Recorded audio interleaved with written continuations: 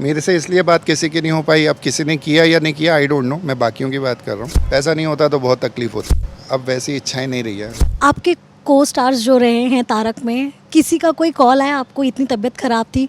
Also आपके जो show के प्रोड्यूसर थे असित मोदी जी, उनका कोई कॉल मैसेज कुछ आया आपका हेल्थ पूछने के लिए? हाँ, एक्चुअली इस दौरान मेरा फ़ोन ही बंद था, तो अगर उन्होंने किया भी होगा तो मुझे पता नहीं चला। लास्ट टाइम भी ऐसा ही हुआ था, फ़ोन बंद थे तब भी, तो मुझे पता नहीं है इसके बारे में। हाँ, भक्ति जी ने बोला था कि असित भाई का, वो उनके पीआर वाले हैं, उन्होंने उनको फ़ोन किया था मेरा हालचाल पूछने के लिए। तो हालचाल पूछने के लिए भक्ति जी को फ़ोन आया था उनका। मेरे से इसलिए बात किसी की नहीं हो पाई, अब किसी ने किया या नहीं किया आई डोंट नो, मैं बाकियों की बात कर रहा हूँ। हो सकता है किसी ने, सबने ट्राई किया हो, नहीं किया हो, आई डोंट नो बिल्कुल भी। लेकिन ठीक है, जो भी है, बहुत अच्छे ढंग से हमने सबने मिलके काम किया है। मैं वो चीज़ें याद करता हूँ हमेशा, क्योंकि अच्छी चीज़ें ही याद करनी चाहिए।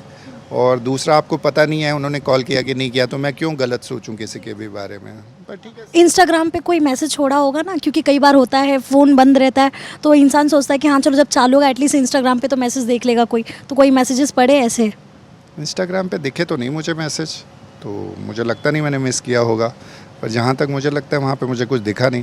पर स्टिल मैं वही बोलता हूँ, सबको थैंक यू है जो भी वहाँ काम किया 13-14 साल, वो बहुत बढ़िया था, बहुत आनंद में। खासकर शुरू में तो बहुत ज़्यादा आनंद आता था हम लोगों को। सब लोग नए थे, रॉ थे और कुछ ना कुछ नया करते थे। ऑडियंस को वो हमेशा मज़ा आया और मैं शुक्राना करता हूँ रब जी का, इवन असित भाई का, क्योंकि रब जी ने असित भाई के थ्रू ही दिया था तारक मेहता का उल्टा चश्मा।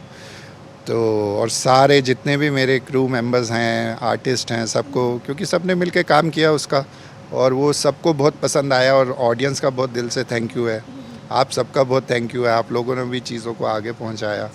तो आजकल मैं थैंक्स में ही जीना चाहता हूं कि रब सबका शुक्राना है, अच्छी चीज़ों को याद करूं।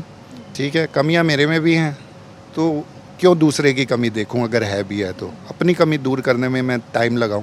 क्योंकि आप आजकल भक्ति जी थोड़ा भगवत गीता पढ़ रही हैं, तो मैं कहूँगा कृष्ण भगवान की भगवत गीता जी पढ़ लीजिए, गुरु ग्रंथ साहब पढ़ लीजिए। तो जो भी ये हैं तो वो हमको यही सब सिखा रहे हैं, पर हम सीख नहीं रहे हैं, तो हमें वो सीखना ज़रूरी है। और यही हमारे गुरु, हमारे रब जी हमको सिखाते हैं, तो हम उस तरफ ध्यान दें। तो मेरा सबको दिल से थैंक यू है। और मैं सबको यही बोलूँगा कि भाई खुश रहो, हैप्पी रहो, सबकी हेल्थ अच्छी हो, सबके पास वेल्थ अच्छी हो, जिसमें उनके घर के कम से कम चीज़ें सब सेट हो जाएं। क्योंकि पैसा नहीं होता तो बहुत तकलीफ़ होती है, ये तो मैंने इस बार पूरे उससे देखा है। और अब पूरे तरीके से ये हो गया है कि पैसा आए तो कर्ज़े तो उतार दो, दूसरा क्या है कि आपके मम्मी डैडी को देखो, और आगे अगर मैं गृहस्थ आश्रम में जा रहा हूँ तो फिर वो जो है मेरे, उनको अच्छे ढंग से, उनकी इच्छाएं अच्छे ढंग से पूरी कर सकूँ। वरना अदरवाइज़ मेरी पर्सनली अब वैसी इच्छाएं नहीं रही है। बस अब मैं रब से यही कहता हूँ कि बस जैसा तू चाहता है मुझसे वो करा, तू खुश रहे तेरी खुशी ज़्यादा इम्पॉर्टेंट है, तूने ही सब कुछ दिया है, ये शरीर भी उसी ने दिया है, मन भी उसी ने दिया, आत्मा भी उसी की है, सब तो उसी का ही है। तो तेरे से जोड़ ले, बस कृपा बख्शिश रहमत कर दे। और सबके लिए यही प्रे करता हूँ हमेशा, क्योंकि हम सब रब के बंदे हैं, और आपके अंदर भी उन्हीं की जोत है, इनके अंदर भी, इनके अंदर ही, सबके अंदर ही ये जोत है।